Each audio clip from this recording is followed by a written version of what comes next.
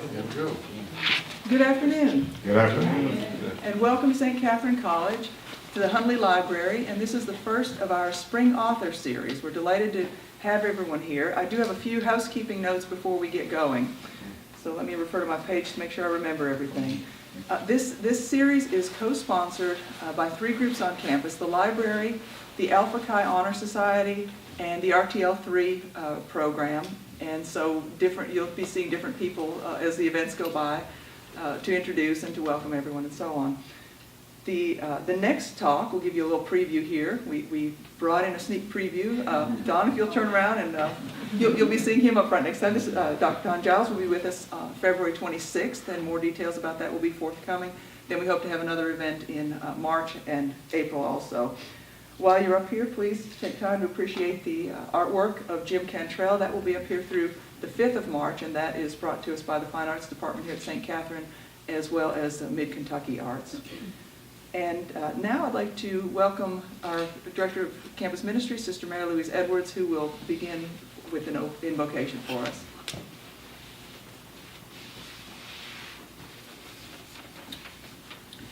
Thank you, Alona. Let's take a moment to quiet ourselves and be in this present moment of this lovely day.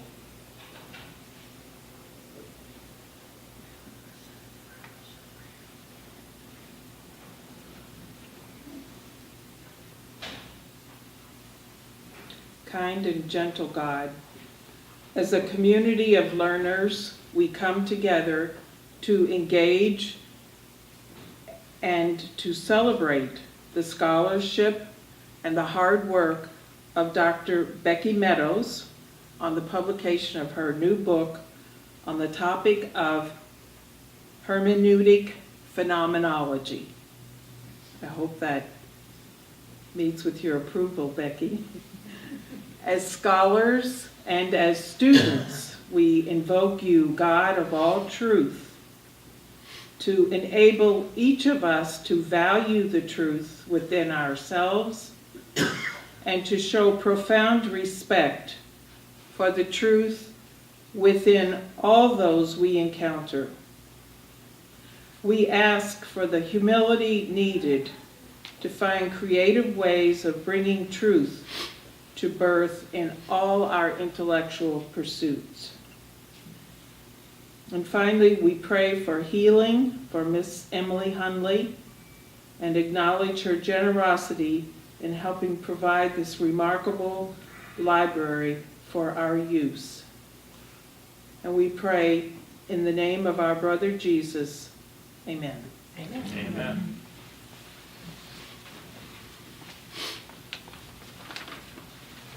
Now I get the privilege of introducing Dr. Becky Meadows, known on campus usually as Dr. Becky.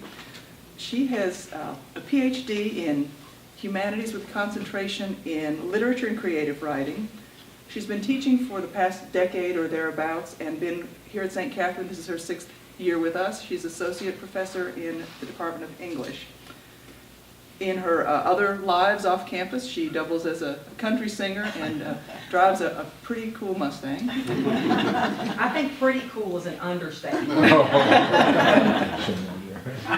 And Sister Mary Louise already beat me to that. Let's try that together. Hermeneutic-Phenomenology. One more time. Hermeneutic-Phenomenology. Now, if you don't know what that is now, perhaps before we leave today, we'll have a little better understanding of that. This is a celebration of Dr. Becky's new publication. She has some other books that are also on the shelves in our library, some fan fiction in the Phantom of the Opera genre. And she'll be speaking mostly, I think, about the monk today, and I'll let her take it from there. Dr. Becky, welcome. Thank you guys for having me. And I see so many familiar faces out there. That makes me very happy. I'm not a particular fan of podiums. They're always getting in my way. It's my area of expertise. Let me get my glasses first. I can't do anything without those. Last month, I entered my 17th year of teaching at the college university level. I obviously took the potion. That's why I look so extremely young and beautiful. But after 17 years, these things come in handy. Too much reading. I want to start off a little bit, tell you a little bit about my area of expertise. And I always find this interesting because it seems like it would not fit at St. Catherine College. My area of expertise is Gothic and horror. So I'm one of those people that if like the Texas Chainsaw Massacre is on TV, I will watch it.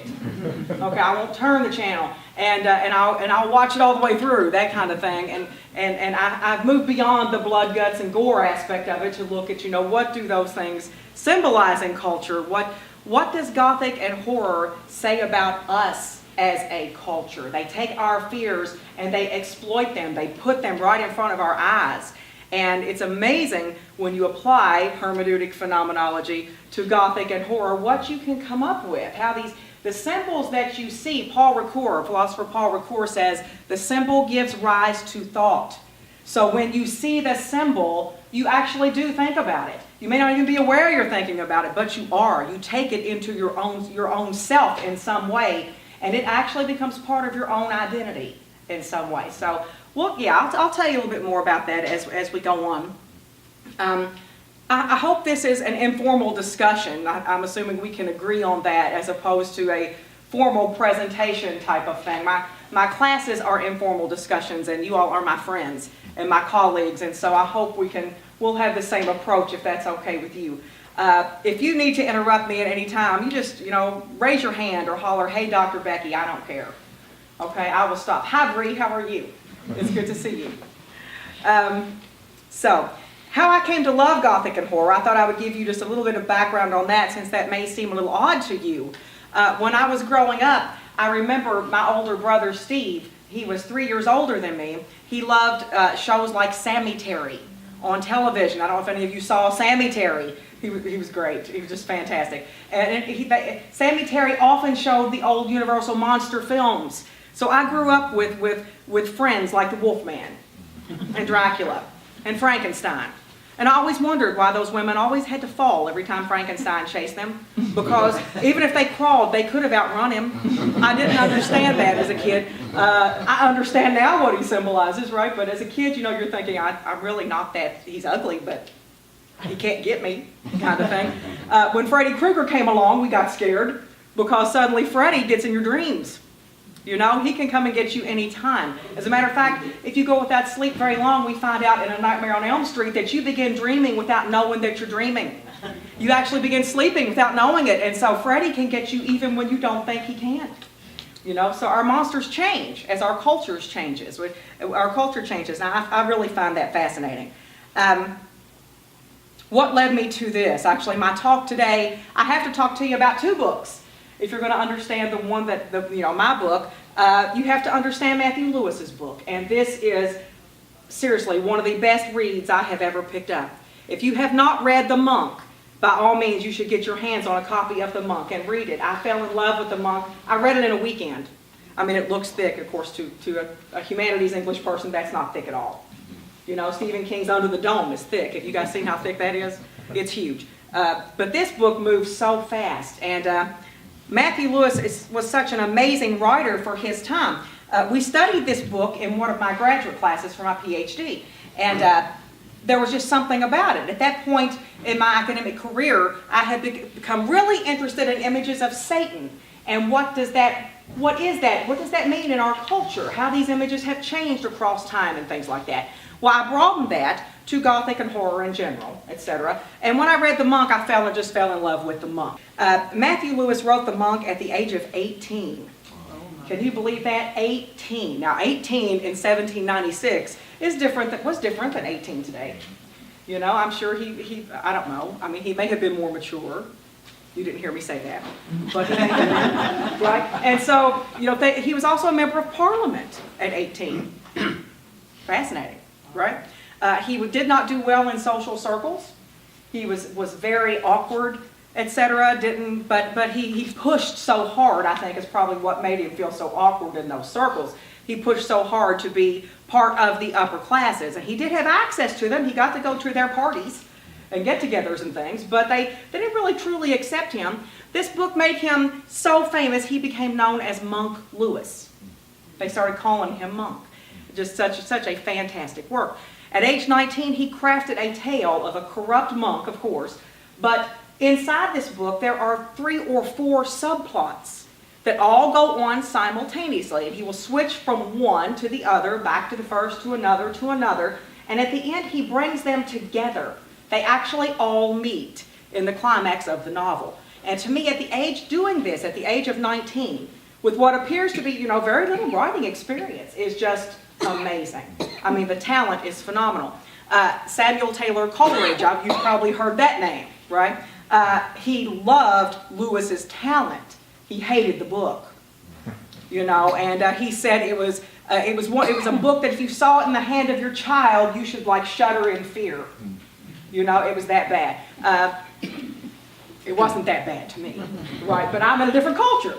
I watched Texas Chainsaw.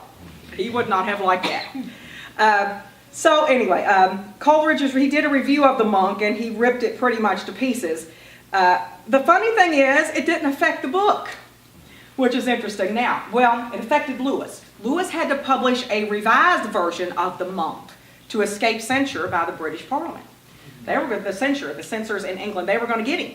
So he had to publish a revised version. Nobody hardly read it.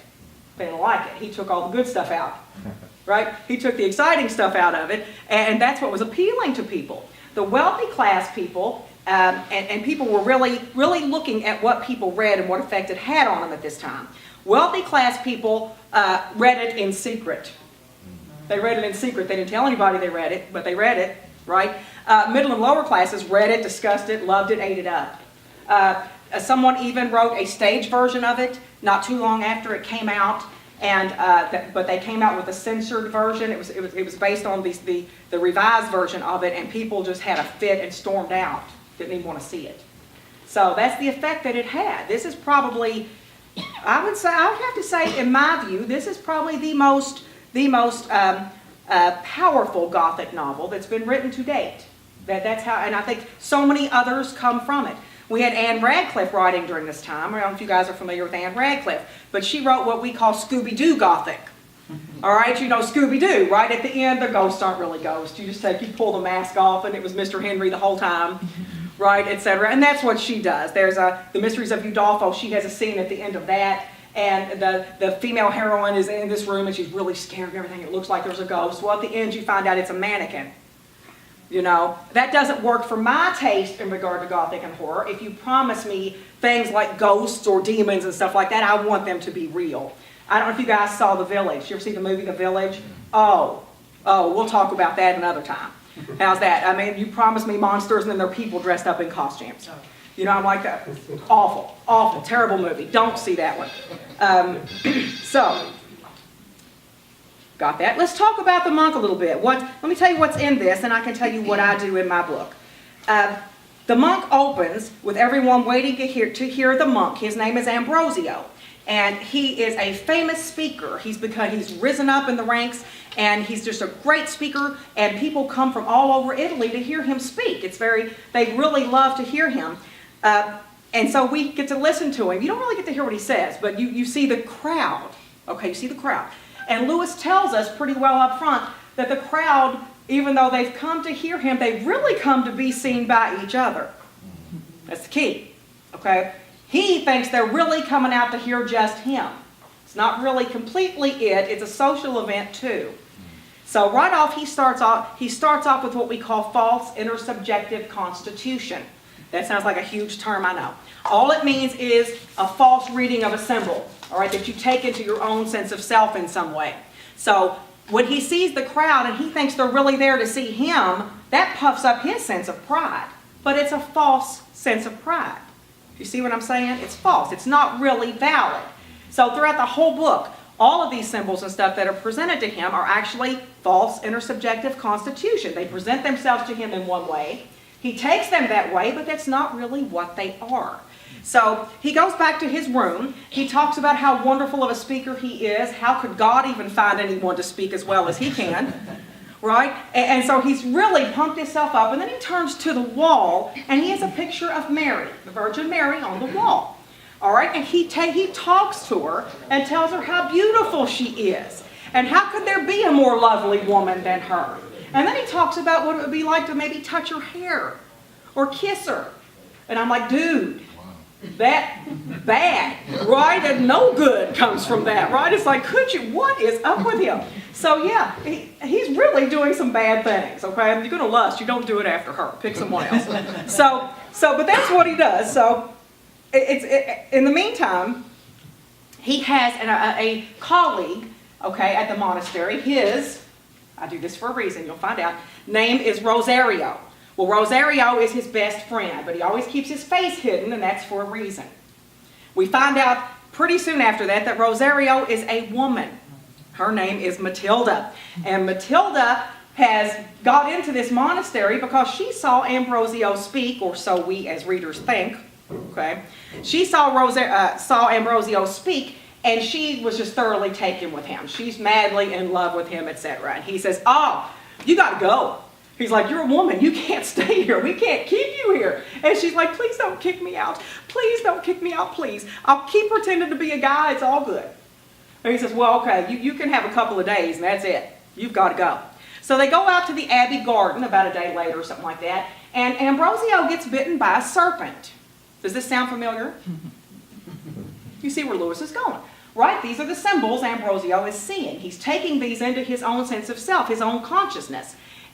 But they're false symbols, all right?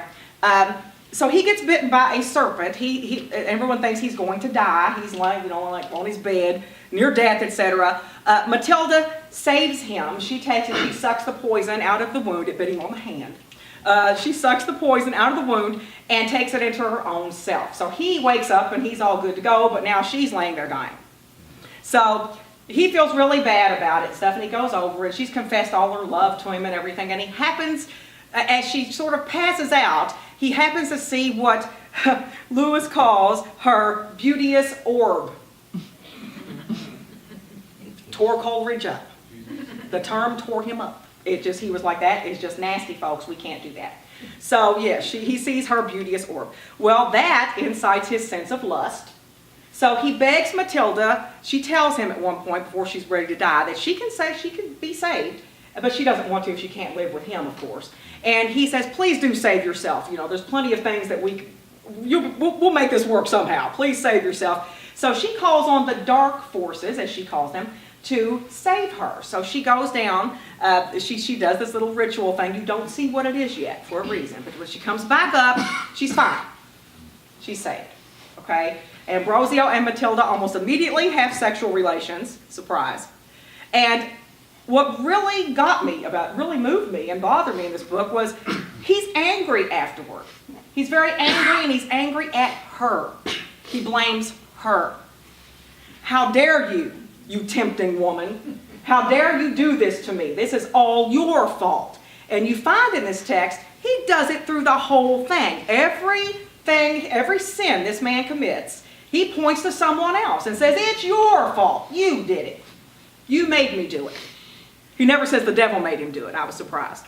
But he blames everybody else for it. So this false intersubjective constitution goes through the whole book.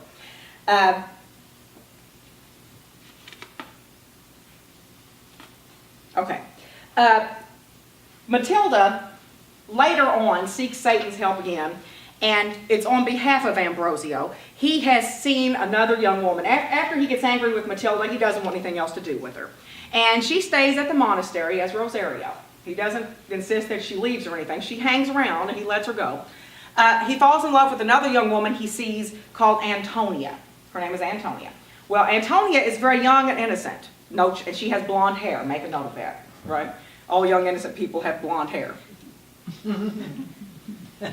Don't know where you go with red, right? Don't have any idea where that goes, but that's different. And when Satan appears to her this time, Lewis shows us what he looks like, and he appears, and Ambrosio is watching. He gets to watch this. Satan appears as this beautiful, young, rebellious youth, about age 18. He's just pretty, right? We know that's probably not true, or could be, who knows? But he has this ring of stars in his head, and they glitter and glimmer, and Ambrosio's looking and thinking, well, he's just not so bad, is he? You know, once again, we're going to get false intersubjective constitution. That's not the way he's going to be at the end of the book, which I'll get to here in just a sec. So, Ambrosio had Matilda seek Satan's aid this time to help get access to Antonia. He's wanting to have sexual relations with Antonia. The one escapade he had with Matilda really awakened his sexual appetite. I'll give Lewis credit. One thing he does in this text is he tells us that Ambrosio really was not suited to be a monk. That's what he says. He really did not have the constitution to be a monk. That's not really what he should have been. His mother abandoned him, or actually gave him to the monks when he was just a baby, and so he was raised in the monastery. But had he lived a normal life, he wouldn't have, other than that, he wouldn't have chosen. He probably would not have chosen that. So that may have something to do with his behavior. But so the escapade with Matilda awakens his sense of lust. Now he wants Antonia, and he does get her. When Satan appears, he gives Matilda, not Ambrosio, gives Matilda a branch. And Ambrosio uses this to get into to Antonia's bedroom, and he waves the branch over her, this kind of thing, and it puts her in this really deep sleep. This is all traditional for the Gothic Rome. It's a very complex plot, Dr. Tuggle, it really is, but it's fascinating. Her mother, Elvira, discovers him. He winds up having to kill Elvira. So now we can add murder to his list of sins, right? Does he blame himself? No. No, he's not going to do that. It's Elvira's fault for not staying asleep, that kind of thing. So anyway, he does get to Antonia. He gives her a potion that makes her appear to be dead. Of course, she's not. We've all seen this in soap operas today, right? Etc. So he takes her into this underground burial chamber. He rapes her there. Then, of course, he's extremely angry with her. He points his finger at her and says, "How dare you make me do that?" Second time. This guy does not learn. Okay? So he does it again. In the meantime, he hears the Inquisition coming. Okay, this is related to a subplot. I'm not going to go into one of those today. But I don't really address those too much in the text. So he hears the Inquisition coming. They wind up, he winds up killing Antonia. She gets away. So he stabs her. He stabs her with a knife. They catch him. The Inquisition people catch him with the knife. They arrest Ambrosio and Matilda, who has been helping him and was there all along, etc. And throw them in prison. Well, then they start to torture them. We know this is what the Inquisition did. They would do things like pull your fingernails out, that kind of stuff, to make you confess. So he confesses, and then they take and they sentence him to be burned alive. Well, that kind of gets to him. I can see that. So Matilda appears to him in his cell and says, "Look at me, Ambrosio." And she's like all beautiful and dressed in this pretty gown and everything. And she's like, "Look at me." Look. He's like, "How'd you get loose?" And she says, "Well, I sold my soul to Satan." Right? And he says, "You can't do that. Fool woman." Amazing, he would say that at this point, right? But he's like, "Fool woman, how dare you? You can't take this back." And she says, "Nor would I want to. Even if I could, I don't want to be burned alive. I may get all this torment later, but for right now, I'm good to go, dude. I'm out of here. See you around." So, and she leaves him a book and says, "If you decide you want to do this, you read this passage from this book, and he'll appear for you. You have the same thing." Well, he becomes almost demon-like at that point, which is really interesting. His behavior, he becomes very demon-like, animal-like. I mean, he curses, he howls.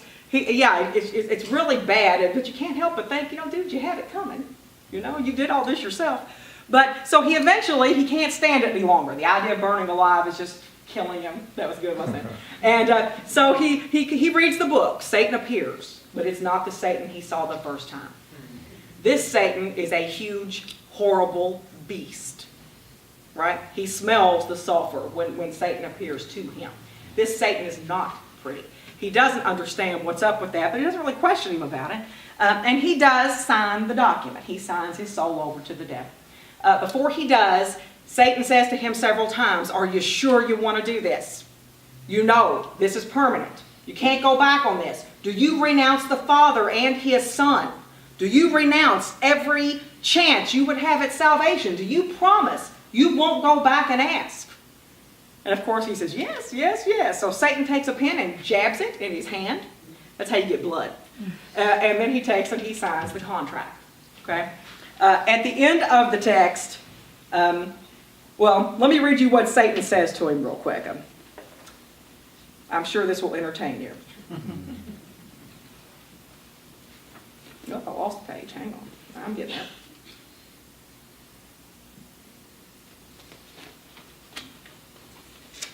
Here it goes. Satan picks him up and carries him to the top of a mountain. Picks him up, takes him out of the cell. Ambrosio says, "Get me out of here, dude." And he's like, "Okay." Takes him to the top of a mountain and sets him down. And Ambrosio says, "I demand you take me to Matilda." Matilda. And he says, "Carry you to Matilda," he continued, repeating Ambrosio's words. "Wretch, you shall soon be with her. You well deserve a place near her, for hell boasts no miscreant more guilty than yourself. Hark, Ambrosio, while I unveil your crimes. You have shed the blood of two innocents. Antonia and Elvira perished by your hand. That Antonia, whom you violated, was your sister. That Elvira, whom you murdered, gave you birth. Tremble, abandoned hypocrite, inhuman parasite, incestuous ravisher, tremble at the extent of your offenses. And you it was who thought yourself proof against temptation, absolved from human frailties and free from error and vice. Is pride then a virtue? Is inhumanity no fault? Know, vain man, that I long have marked you for my prey. I watched the movements of your heart. I saw that you were virtuous from vanity, not principle, and I seized the fit moment of seduction. I observed your blind idolatry of the Madonna's picture. I bade a subordinate but crafty spirit assume a similar form. Matilda was a demon the whole time. And you eagerly yielded to the blandishments of Matilda. Your pride was gratified by her flattery. Your lust only needed an opportunity to break forth. You ran into the snare blindly and scrupled not to commit a crime which you blamed in another with unfeeling severity. It was I who threw Matilda in your way. It was I who gave you entrance to Antonia's chamber. It was I who caused the dagger to be given you, which pierced your sister's bosom. And it was I who warned Elvira in dreams of your designs upon her daughter, and thus, by preventing your profiting by her sleep, compelled you to add rape as well as incest to the catalog of your crimes. Hear, hear, Ambrosio. Had you resisted me 1 minute longer, you had saved your body and soul. The guards whom you heard at your prison door came to signify your pardon. But I had already triumphed. My plots had already succeeded. Scarcely could I propose crimes so quick as you performed them. You are mine, and heaven itself cannot rescue you from my power. You have given up your claim to mercy, and nothing can restore to you the rights which you have foolishly resigned. Believe you that your secret thoughts escaped me? No, I read them all. You trusted that you should still have time for repentance. I saw your artifice, knew its falsity, and rejoiced in deceiving the deceiver. You are mine beyond reprieve. I burn to possess my right, and alive you quit not these mountains. After this, Satan takes him, flies in the air, and drops him off the mountain. He falls down the side of the mountain, and he lays 6 days in the stream at the bottom of the mountain, blaspheming, cursing God, and dying.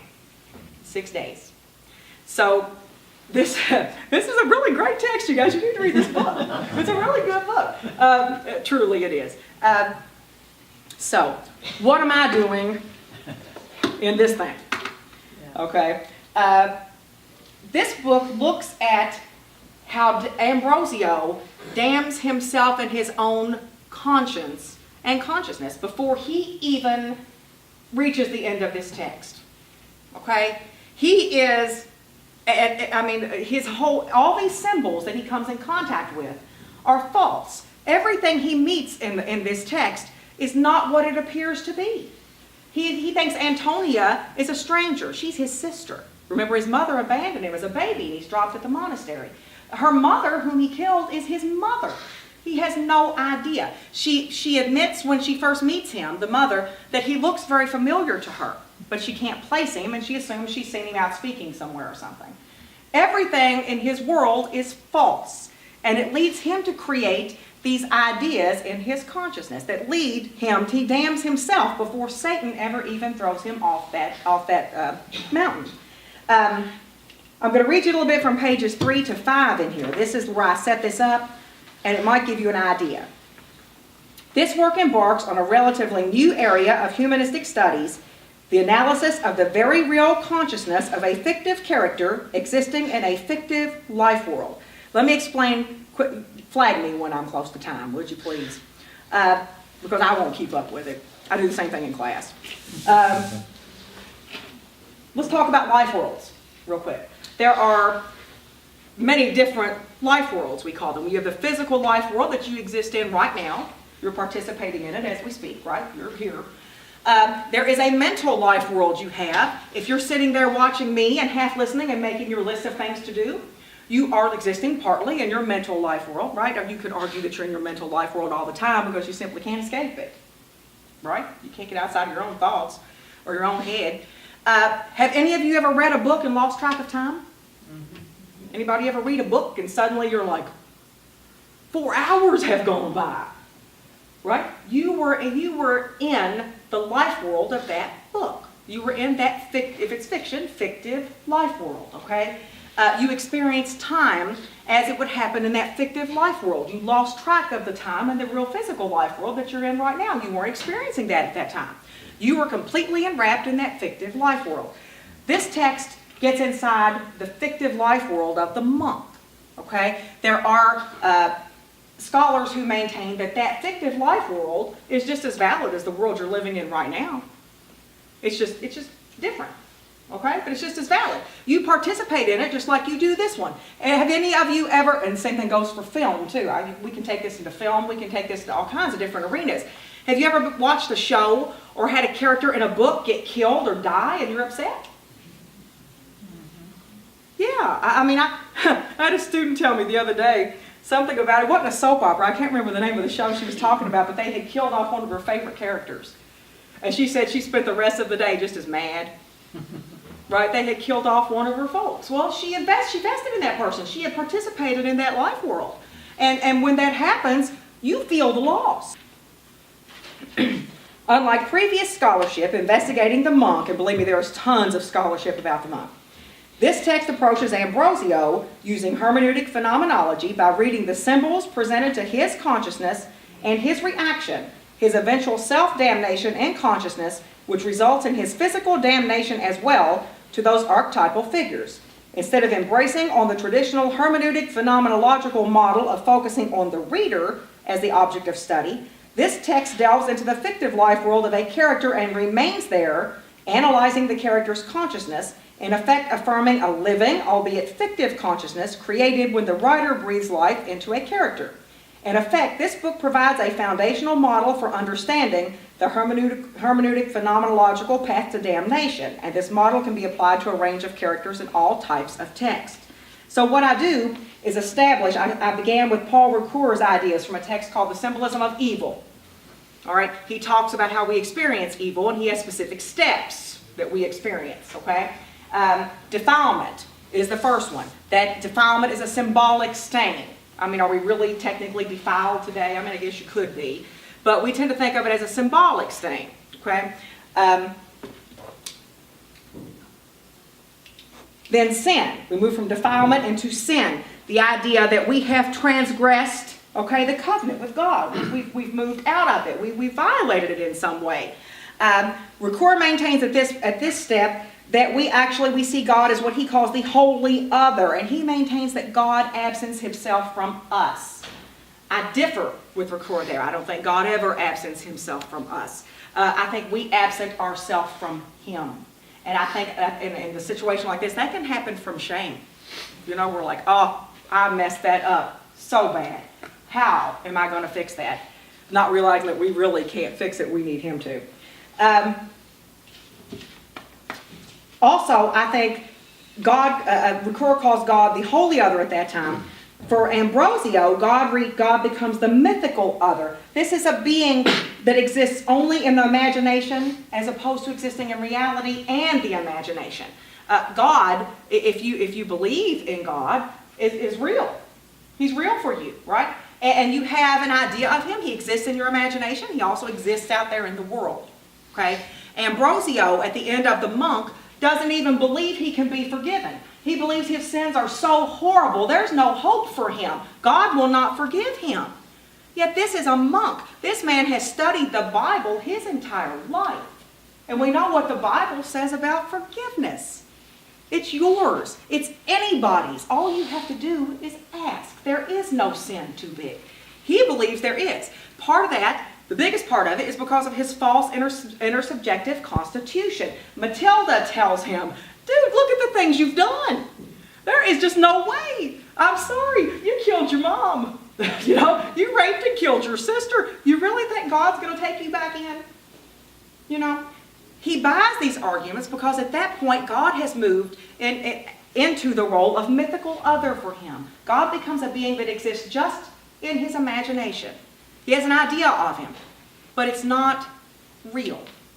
You know, and so this book takes it outlines these steps. We move from defilement into sin, into guilt. And guilt, Ricoeur maintains, and I agree, is the anticipation of punishment. Guilt is where you're like, yeah, you know, it's coming. I have to pay for that. I'm going to pay for that. And I add a step to Ricoeur's steps. I add the actual punishment step. And for Ambrosio, this is self-imposed. Even though he's dropped off that mountain, you know, Satan drops him off that mountain, and you think death is the ultimate punishment, right? He's got a lot more coming than that. That's just, you know, the 6 days in the stream. And Lewis talks about how the flies and the bees sting him and stuff like that. He really goes into great detail about the torments of this poor monk, right? There's more coming. There's more coming after that. So I add an extra step in this. Even as this is going on, his conscience is holding a mirror to his own self, to show his self what it truly is. So even though he's existing in what Sartre's idea of bad faith, you know, he was living in bad faith completely, his conscience is trying to show him what's really going on. But he's so busy pointing the finger at other people that he never confesses. Never. Okay? And Ricoeur maintains confession is the absolute, that is the essence, you know, of forgiving yourself. And, of course, being forgiven, but also forgiving yourself. Okay, well, that's kind of the gist. And I'm so sorry, it's pretty complex. But if you picked up on that, you've done a good job. Okay, you did a good job. I want to tell you briefly how I got it published. Okay, I'm reminded of, anybody ever see Young Frankenstein?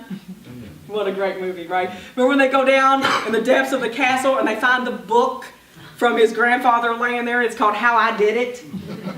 Right, that's the name of the book, How I Did It by Victor Frankenstein. This is my How I Did It version, okay? It was not easy. It was gut-wrenching. It's a gut-wrenching process. And if you're going to move into this realm, boy, get ready. You need a really thick skin, number one. If you can't take criticism, just don't do it. You know, because you're probably going to get it. And you should. This book started off as my doctoral dissertation, and I think a lot of books, you know, academic books, I think started as dissertations. That's not unusual. So I spent probably about 2 years, I would say, doing the dissertation. It was very broad because my PhD is in humanities, so I had to address art. I had to address all the different areas of the humanities in there. But that's not really, that's hard to sell. Okay, that's hard to sell. A publisher is going to be looking for what they can sell. Cambria Press, who published this text, they're a publisher of academic research books. This book is targeted toward research libraries. That's why I don't have copies today to sign and give to you. I would love to, but it's expensive. But the reason it is because, you know, they expect many people to check the book out and use the book. I do have copies over here. You're welcome to browse through if you want to, if it interests you. That'd be fine. They're right there. When I first started working with Cambria, I guess I had it if they had it, didn't I? A real issue finding someone who knew literature and hermeneutic phenomenology. Hermeneutic phenomenology was difficult in itself. They had a little trouble with that, but they could find someone who knew that, but nobody had ever applied it to literature the way that I'm applying it. And so the first reviews I got back, well, one of them they gave me, was from obviously a literature person. And, you know, some of the comments were things like, you need more of a literature review. And I'm thinking, I really don't. You obviously don't know what I'm doing here, you know. And so they sent back a bunch of comments, you know, of things to revise. And you take those things with a grain of salt. Well, if you're a writer, what you write is your own. Nobody knows your work as well as you do. You know it better than anybody. So I took it, you always take comments like that and think, well, maybe they're right. But I looked at that and I was like, no, they're wrong on that. Right, that's just not right. But I did revise it some. The first reviewer did not recommend publication of it. I know, that's like, take that beak from out my heart, right? But you have to be persistent. You be persistent. If you get to the point where you get feedback, the door could still be open. Don't just let it shut. So I got right back in touch with Cambria, and I said, if I revise, will you consider a revision? And they said, yeah, we will. And so I revised it in light of that reviewer's comments. And then I explained to them that the person they had review the book was obviously a literature person who had no idea really what I was doing in this. I didn't need a literature review. So when I revised, I pointed out in the book why something like that was not present in it. It simply wasn't necessary. I'm just applying it to one text. The revision, it worked, right? It worked, and it was fantastic. It really was, and I really can't tell you the feeling of having something like this. I mean, you see Progeny and Fantasy over there. They're great books. I lost a job writing one of those. Isn't that great? Now, it wasn't a teaching job, okay? I was a typesetter, and I was working on my master's. You do anything while you're getting your master's, right? Just to earn money. So I was typesetting, and I would take and have, okay, I shouldn't have done this. This was bad. I had my computer, and I would have two windows open, and one of them would have the typesetting stuff. All I did was like put page numbers on pages and edit ads to make sure there weren't misspelled words and stuff in them. It was terribly boring. I could do it so quick. So I would get through that really fast, and I had a screen up behind that screen that had my novel on it. And I wrote my novel. But I think they must have busted me, right? So I lost that job, which was probably a good thing. That meant I got to go full-time for my master's, so it really worked out well. Fiction's completely different than this. My fiction comes pretty quick. Fantasy took me a couple of years just because I was working, I had started teaching, and I couldn't stick with it. I had to go back and review it all the time to pick up where I had, to that point, to even get the characters going again. But fiction, my characters just take off and do whatever they want to do. I don't have an outline of a book, which I know you all probably think is insane. But writing fiction to me is like watching movies in my mind, and I just record what they do. And sometimes they do stupid things. And in Progeny, one of the characters jumped in front of a gun, and I'm like, boy, that was stupid. And as a writer, I'm thinking, what am I going to do with this? Right? You left me in a spot. But this is a different realm. This requires intense research and scholarship and thinking. I had to think harder on this, I think, than I probably ever have. So, questions? Comments? Concerns? Yes, sir. Yes, Dr. Becky, thank you so much. You've got the monk and this fictional character, but it comes out of an author that was 19 years old who's got his own phenomena going on, and he's writing this. And then you tackle this and your own history of Gothic and horror and your love for that and your fascination by it and all the richness of that. Then there's you, who is a real person, and as I understand phenomenology, and I'm not no expert on it, but it comes really, out of the reality of our roots and who we are really on many levels. Mm-hmm. Taking a scene out of one's life or whatever, and then building symbol and understanding and depth on that. But, so you've got the monk, who's not real in some sense he is.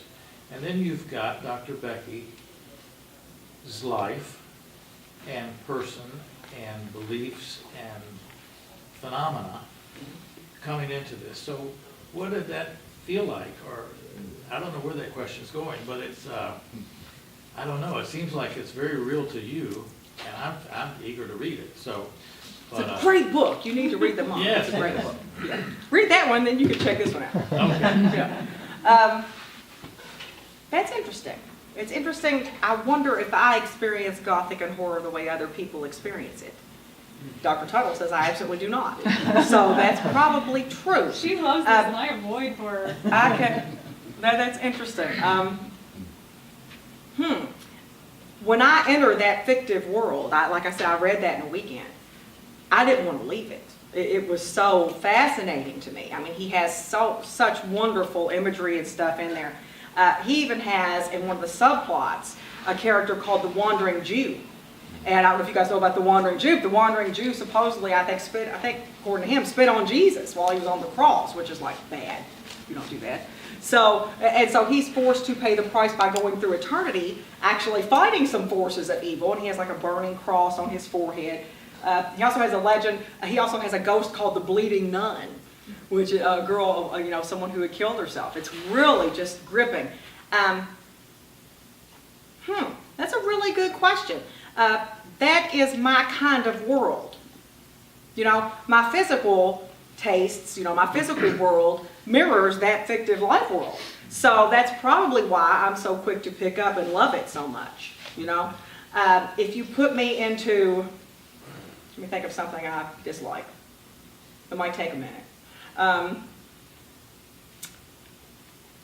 Well, I don't mind romance novels. I'm not a huge fan of them, but I don't mind them. Maybe it's the writing, too. And I teach creative writing. So I think that if the writing is fantastic, if the plot is good and the characters are believable, I think that will pull me in, too. Did I answer your question at all? It does, and I think who you are as a human, as a spiritual person, as a physical person, all of that is invested in this. Oh, sure. Oh, yeah. Deeply so. I mean, Yeah. that's clear. Yeah. So, Yeah.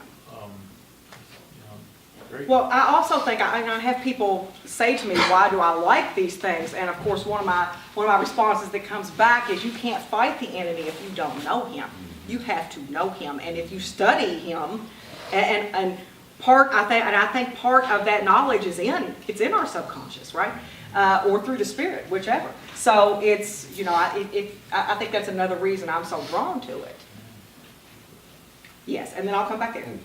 Go ahead. Okay, go ahead. In your book, you speak about the underlying message of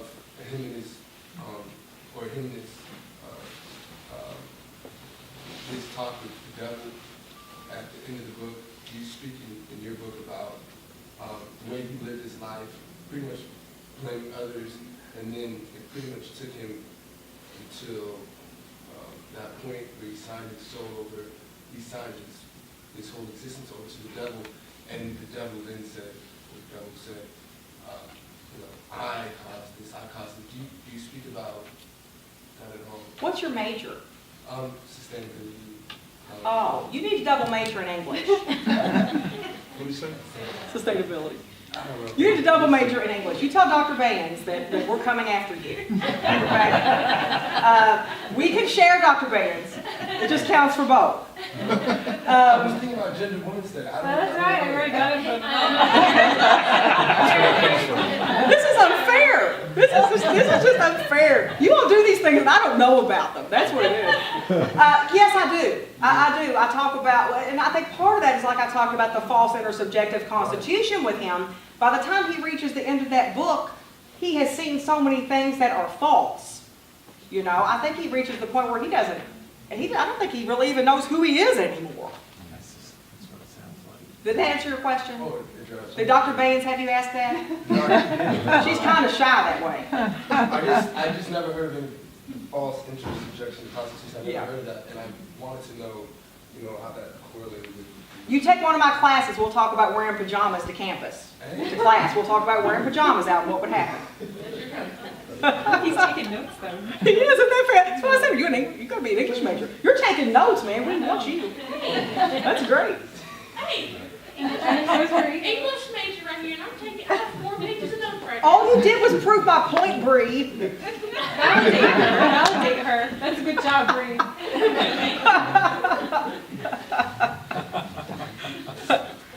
Any other questions or anything, you guys? Oh, sorry. Well, that's okay. I just, this hermeneutic-phenomenological approach that you took to this book from Cambria, they seem to suggest that this was something new.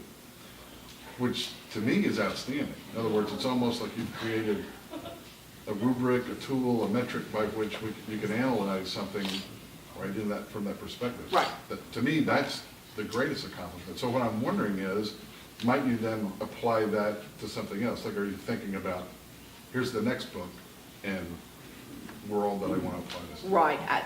Well, I was thinking about, I've been thinking about that, and I was thinking about that before I came over here. I wonder if I shouldn't go back inside the monk again and maybe do one for salvation. I could do that, and I could base it off of Ricoeur's triad too, but just have the opposite and do one for salvation. There are so many Gothic texts that you can use this for. You could also use this though for creative writing, and I point that out in here, the creation of that fictive consciousness and what, you know, what happens in it and stuff. I haven't found anything like it. And you know, with these dissertations, you have to research and research. If there's something up like them, they'll kick it back to you, you know. And they say there's no such thing as an original idea. Surely there's one out there somewhere, Right. you know. But I never have found it. Well, I And think it's a tremendous accomplishment that you created this tool or mechanism by which you can apply that. yeah, I want to keep working with it. I do. It would take several years probably to get another book out of it, but I have to write in the summer. Are we done? Well, no, not if you have more questions. Any more questions? You want to eat some brownies? You stole my closing. You eat the lemon bars. The brownies are mine. Oh, please join me in thanking Dr.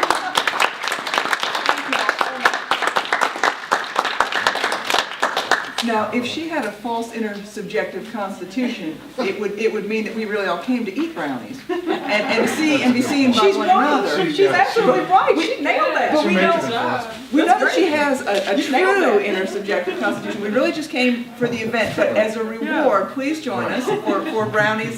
There's water, and there's also a sparkly clear beverage, which is a cranberry Sprite. So if you prefer cranberry Sprite, that's what's in the other container there.